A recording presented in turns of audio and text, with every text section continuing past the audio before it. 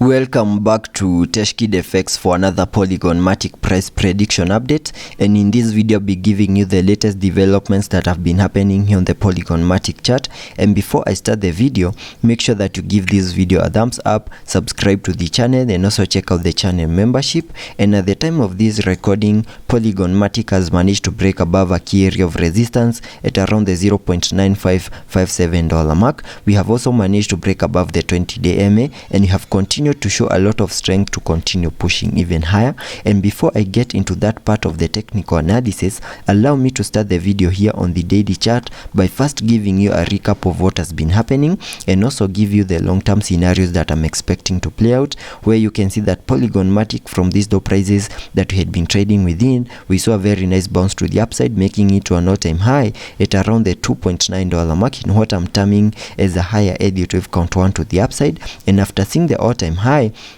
we started the bear market, where we had been seeing lower prices in this ABC corrective structure, which took us back to around the $0.32 mark. And in that movement to the lower side, we can term it as a higher Elliot wave count 2 to the lower side. And after seeing the low for that second wave, whatever we expect next is a bounce to the upside in the formation of these higher Elliot wave count 3. And using a trend-based Fibonacci, we can sketch out a minimum target area to the upside in the formation of that wave 3. And that gives me a minimum target area at the Fib level 1.618, which perfectly lies at around the $5.0892 mark, and that is the minimum that I'm expecting Polygon Matic to do on the long-term scenarios. And getting to the short-term scenarios that I'm expecting to play out within the formation of this wave 3, we also expect to see fractal waves in formation, where you can see that I have this Elliot wave structure in blue, where I expect the formation of that wave 5 to fully maximize the formation of that higher Elliot wave count 3 to the upside. And zooming in so that you can see this better, you can see that we have seen the high for that first wave to the upside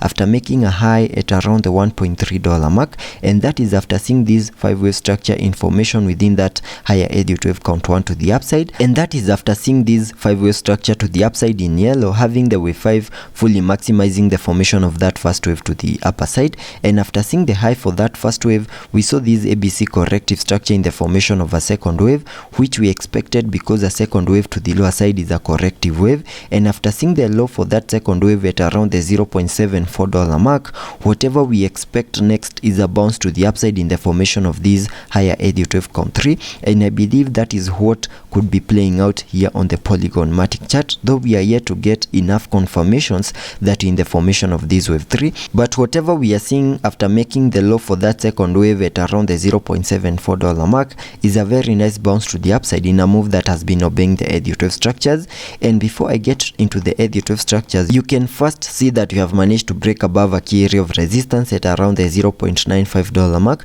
We have also managed to break above the 20-day MA, and that means we have the support that we need for us to continue pushing even higher. And getting to the Elliot wave structures that we expect in the formation of a higher Elliot wave count 3 as a fractal wave, we can term these as the first wave to the upside. Then whatever we have right here is the formation of that second wave before we expect a wave 3, then a wave 4, then continue pushing even higher in the formation of that wave 5 to fully maximize the formation of that higher Elliot wave count 3 to the upside. And getting a little bit into the details of the formation of this Elliot wave structure right here in yellow, and get to see whether this second wave to the lower side has done the minimum that we expect a second wave to do by connecting the trend-based Fibonacci from the low of the first wave to the high of that wave 1. That gives me a minimum retracement area in the formation of that wave 2 between the Fib level 0.382 and the Fib level 0.618, and I can mark that target area here on the charts like that. And you can see we retraced into the area between the Fib level 0.382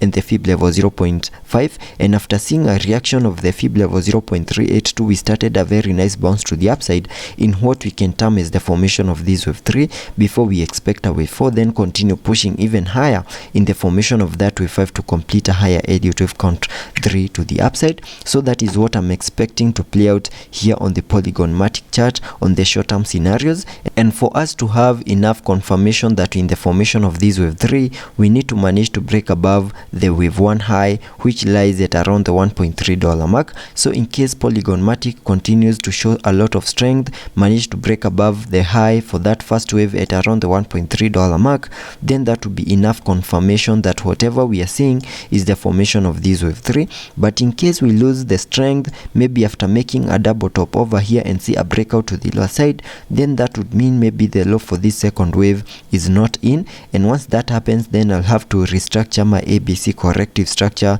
that I have here on the charts. But for now, let's be patient and continue anticipating for higher prices to the upside in the formation of that wave 3 to the upside, and also taking a look at the indicators to see what movements will be supported. Here on the RSI, we are trading at around the 64 mark, meaning we have massive room for us